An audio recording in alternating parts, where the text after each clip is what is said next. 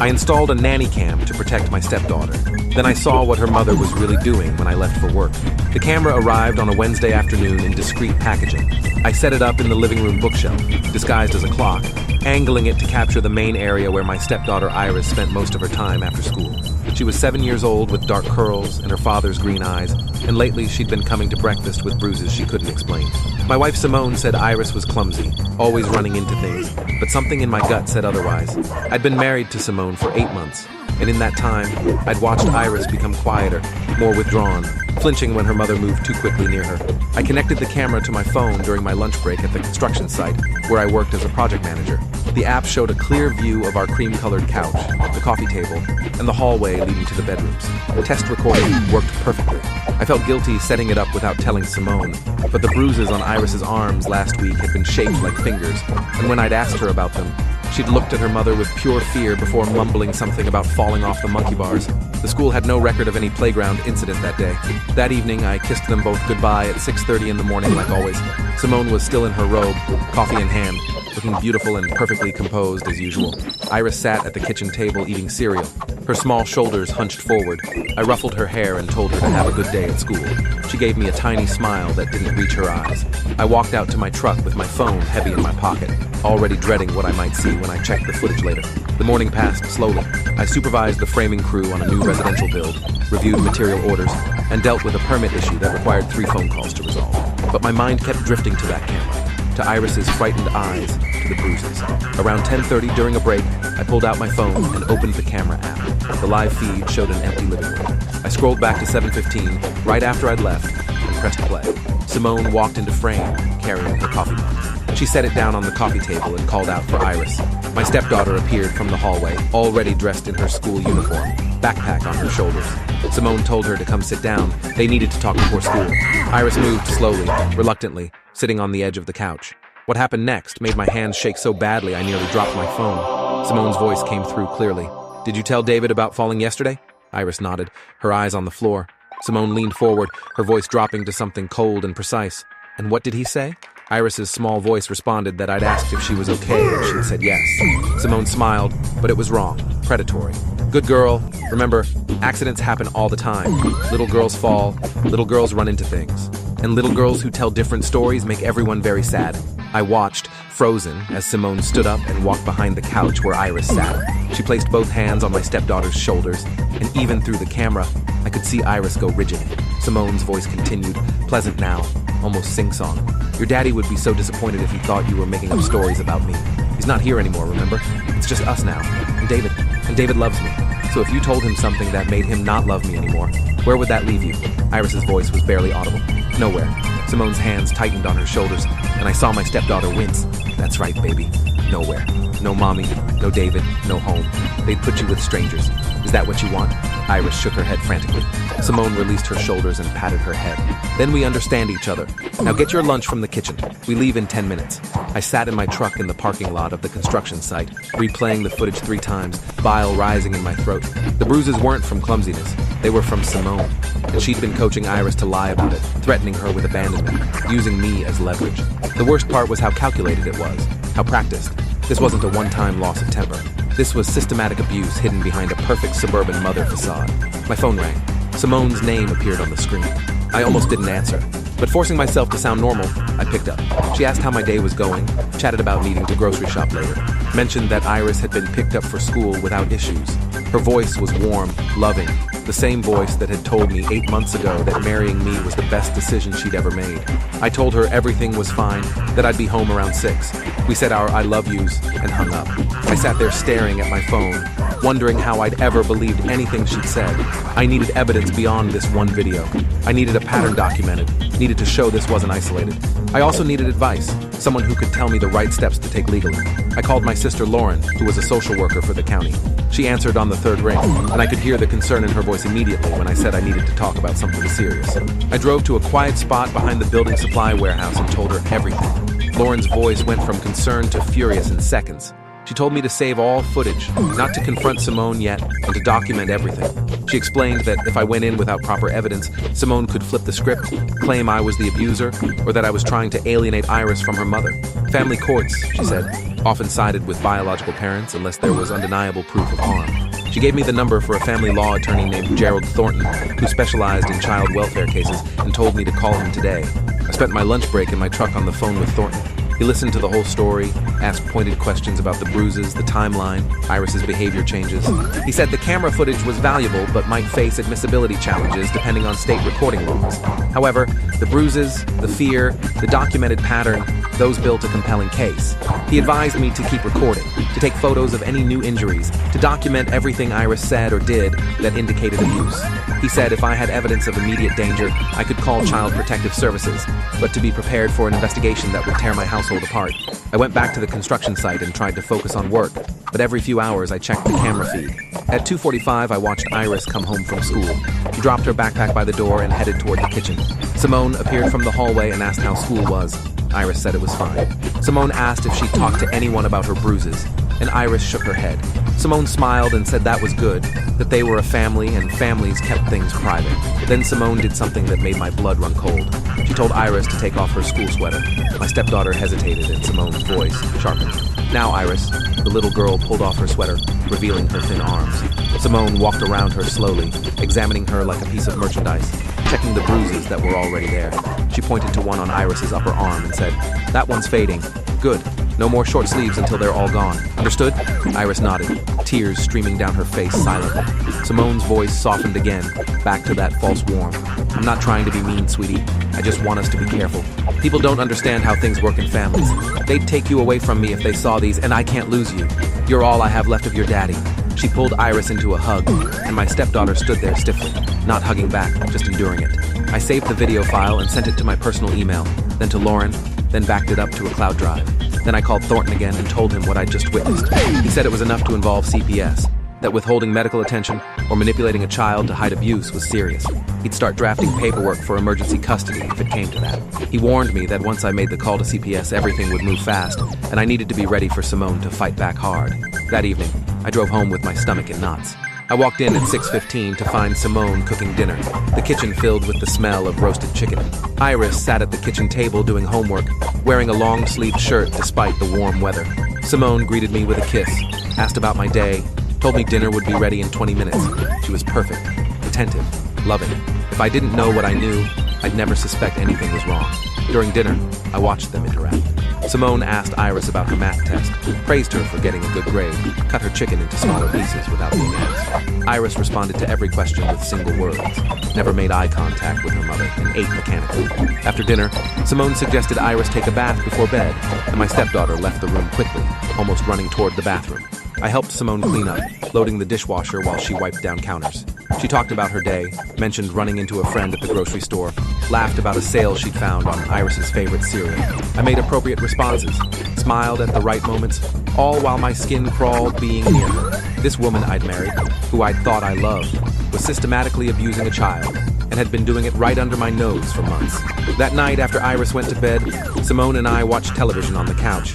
She curled up against me, her head on my shoulder, and I forced myself not to pull away. She mentioned that Iris seemed to be adjusting better lately, that she was less emotional, more stable.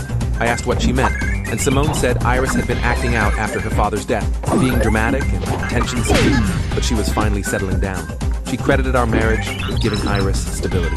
I nodded and said nothing, thinking about that little girl crying silently while her mother inspected her bruises. Over the next week, I documented everything. I checked the camera feed multiple times a day, saving every interaction between Simone and Iris. I photographed the bruises on Iris's arms when I helped her get ready for bed one night, claiming I wanted to document them in case we needed to see a doctor. She'd looked terrified when I suggested that, whispering that she was fine, it didn't hurt. I'd hugged her and told her I just wanted to make sure she was safe. She'd hugged me back so tightly, I'd felt her small body trembling. The footage I collected over those days painted a horrifying picture. Simone never hit Iris on camera, but the psychological abuse was constant and devastating. She'd tell Iris that her father's death was partially her fault for being difficult the morning of his heart attack. She'd withhold meals, sending Iris to a room for minor infractions, then act concerned when I came home asking if Iris had eaten. She'd grab Iris's arms hard enough to leave marks, always out of camera frame, but I could see the grip, see Iris's face contort with pain. On the 5th day of recording, I captured something that made me call CPS immediately. I'd been reviewing the morning footage during lunch when I saw Simone drag Iris down the hallway by her arm after the little girl had accidentally spilled juice on the kitchen floor. The camera couldn't see into the hallway, but I could hear everything. Simone's voice, normally so controlled, was raised and vicious. She called Iris clumsy and stupid, said she was tired of cleaning up after her, asked why she couldn't be normal like other children. Then I heard a sound that stopped my heart, a slap, sharp and unmistakable, followed by Iris crying and Simone telling her to shut up, that David would be home in 8 hours, and if he saw her with a red face, she'd better have a good story about falling. I could hear Iris trying to muffle her sobs, hear Simone walk away, hear the bedroom door slam. For the next 3 hours on the footage, Iris stayed in her room, silent. When she emerged to get ready for school, her left cheek was visibly red. I called the CPS hotline from my truck, gave them our address, explained what I'd witnessed, and documented. The intake worker asked detailed questions about the injuries, the timeline, whether Iris was in immediate danger. I sent her the video files while we spoke. She said a caseworker would be assigned and would likely visit within 48 hours, possibly sooner given the evidence. She asked if I could keep Iris safe in the meantime. I said I'd do whatever necessary. That afternoon, I left work early. I called Simone and said I wasn't feeling well, was coming home to rest. She sounded concerned, asked if I needed anything from the store. I said no, just needed to lie down. I got home at 3:30, before Iris returned from school. Simone looked surprised to see me, but immediately went into caretaker mode, offering to make tea, asking about my symptoms. I said I just needed to rest, and went to our bedroom. From the bedroom, I could hear everything in the living room through our thin walls. At 4, Iris came home. I heard Simone ask about school, heard the usual exchange. Then Simone's voice changed, became sharp. "Did you tell anyone about this morning?" Iris said no. Simone asked if she was sure, if any teachers had asked about her face. Iris insisted no one had noticed. Simone said good, that David was home early today, so they both needed to be on their best behavior. I opened the bedroom door and walked into the living room. Both of them looked up. Iris's face brightened slightly when she saw me, then fell when she remembered she was supposed to be neutral around her mother. Simone smiled warmly and asked if I was feeling better. I said I was, just needed a short break. I asked Iris how school was, and she gave me her usual one-word response. But when Simone wasn't looking, Iris's eyes met mine, and I saw desperation there, a silent plea I'd been too blind to recognize before. I made dinner that night, insisting Simone relax since I was feeling better. I watched her interact with Iris during the meal, saw how she controlled every aspect of the conversation, how she corrected Iris's posture, her eating habits, how she held her fork. Nothing was good enough. Every correction was delivered with a smile. There was steel underneath. Iris shrank smaller with each comment, and I wanted to reach across the table and pull her away from this woman. After dinner, I offered to help Iris with her homework while Simone took a bath. We sat at the kitchen table, and I helped her with math problems. After a few minutes of silence, I said quietly, "Iris, I want you to know that you're safe with me. If anyone is hurting you, you can tell me the truth. I won't let anything bad happen to you." She'd looked up at me with those huge green eyes, and for a moment I thought she might say something. Then we heard Simone's footsteps, and Iris's face closed down completely. The next morning, a woman from CPS named Diana Kowalski showed up at our door at 9:30. I'd already left for work, but I'd set the camera to record everything. I watched the footage live from my truck, parked a few blocks away from my house. Diana introduced herself to Simone, explained she'd received a report of possible child welfare concerns. Simone's face went through a rapid series of emotions before settling on confused concern. Simone invited Diana inside, offered coffee, asked what this was about. Diana asked to speak with Iris, and Simone called her from her bedroom. My stepdaughter appeared in the living room doorway, saw the stranger, and immediately looked terrified. Diana introduced herself gently, asked if she could talk with Iris alone. Simone hesitated, then said, of course, she'd be in the kitchen if they needed anything. I couldn't hear their conversation clearly, but I could see Iris shaking her head repeatedly, see Diana showing her something on a tablet, possibly pictures of the bruises. After 20 minutes, Diana called Simone back in. She asked Simone directly about the bruises, about Iris's injuries. Simone's performance was Academy Award worthy. She expressed shock and concern, said Iris was clumsy, always getting hurt playing. She pulled out her phone and showed Diana pictures of Iris at various playgrounds, on her bike, doing normal kid activities. Diana asked about discipline methods. Simone said she believed in timeouts and taking away privileges, never physical punishment. She said Iris had been struggling since her father's death 2 years ago, acting out sometimes, but they were working through it together. She mentioned family therapy they'd supposedly been attending, though I knew that was a lie. Diana took notes, asked more questions, and finally said she'd need to make an additional visit and speak with Iris at school. After Diana left, I watched Simone's mask completely slip. She grabbed Iris by both arms and pulled her close, her face inches from my stepdaughter's. "What did you tell her? What did you say?" Iris was crying, saying she didn't say anything, she promised. Simone shook her once, hard. Someone called her. Someone reported us. Was it a teacher? Did you show someone your arms? Iris kept saying no. She'd been careful. She wore long sleeves like she was told. Simone released Iris and paced the living room. I could see her thinking, calculating. She pulled out her phone and made a call. From the one-sided conversation, I gathered she was talking to a lawyer. She explained that CPS had just visited, that someone had made a false report, that she needed advice. She listened, nodded, said she understood. After hanging up, she looked at Iris, and her voice was cold. "We're going to get through this, but you need to be perfect. Absolutely perfect. Do you understand?" I saved the footage and sent it immediately to Diana Kowalski, along with all the previous recordings and photos. I included a detailed email explaining that I was the stepfather, that I'd installed the camera specifically because of concerning injuries, and that I was witnessing escalating abuse. I said I feared for Iris's safety, especially now that CPS was involved. I gave Diana my phone number and asked her to call me urgently. She called within an hour. I explained everything from my perspective. The bruises I'd noticed, the fear I'd seen in Iris, the coaching, and threats captured on camera. Diana said the footage was disturbing and would be valuable evidence, but they needed to follow protocol. She was scheduling a forensic interview with Iris at the Child Advocacy Center for the next day, where specially trained interviewers would talk with her away from her mother's influence. She asked if I could ensure Iris attended school tomorrow so they could pick her up from there. That evening, I came home to find Simone agitated and barely holding it together. She'd sent Iris to her room immediately after I arrived, saying she had homework to do. Then she turned to me, her eyes red, and said we needed to talk.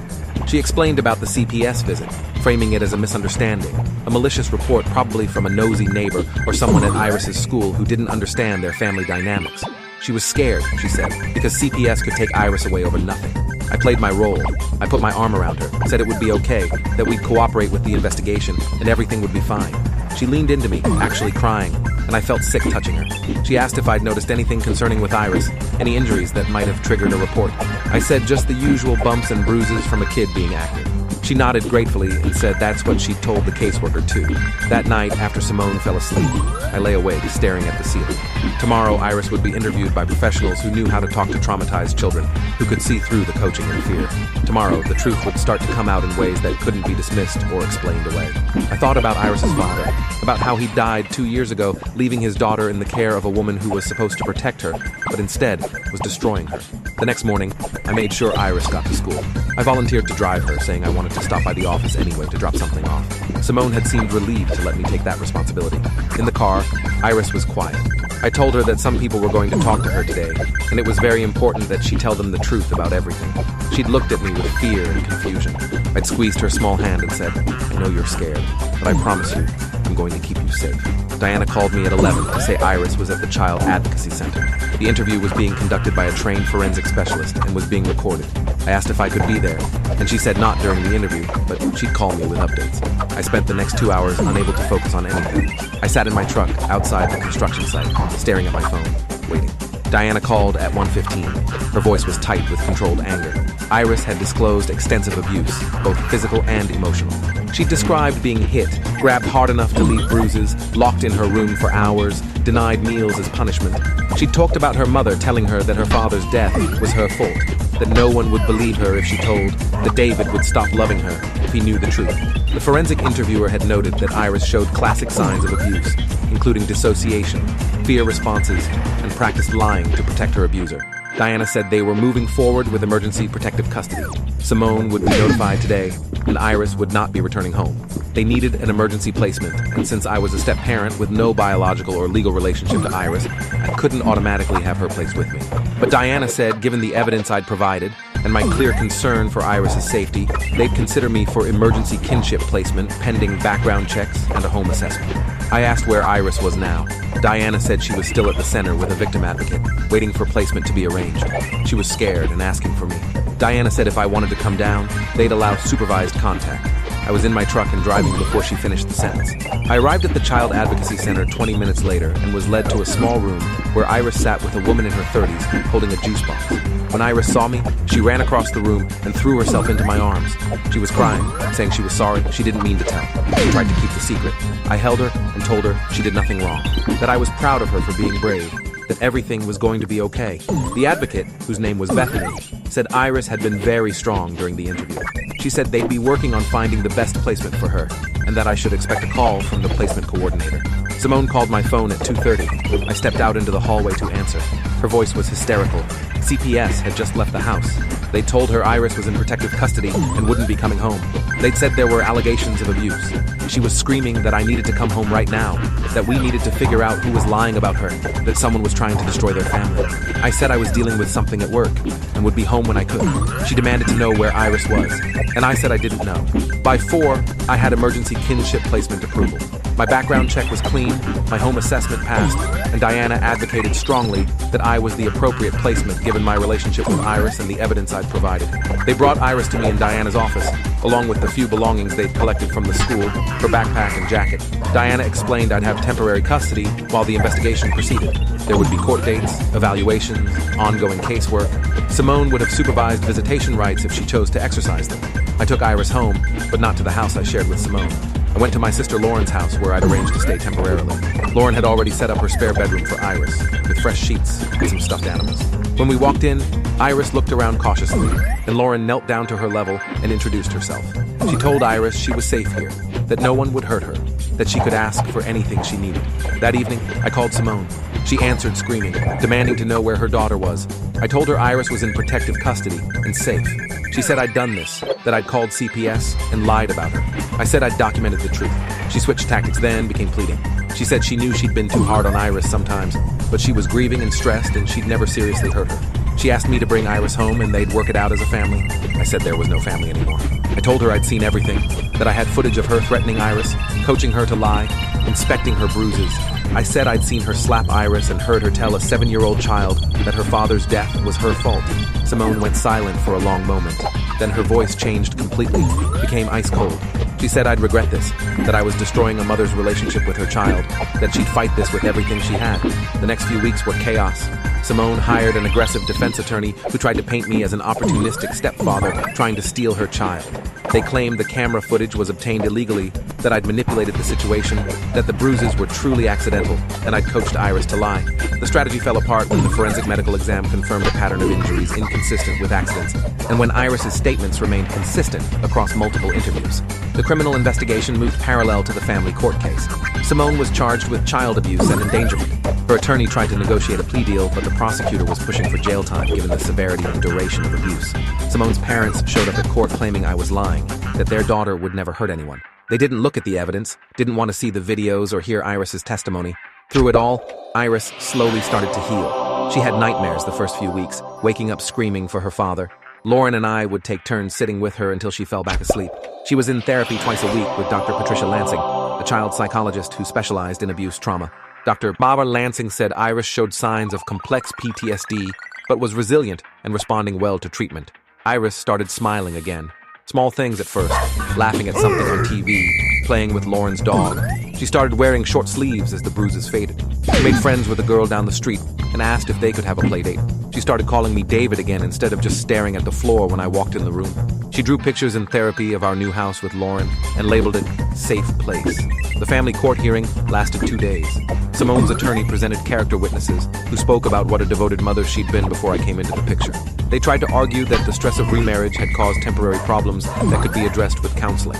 The prosecutor showed the videos, showed Simone threatening her daughter, coaching her to lie, slapping her, showed medical evidence of repeated abuse, called Diana Kowalski, who testified about Iris's fear and the forensic interview disclosures.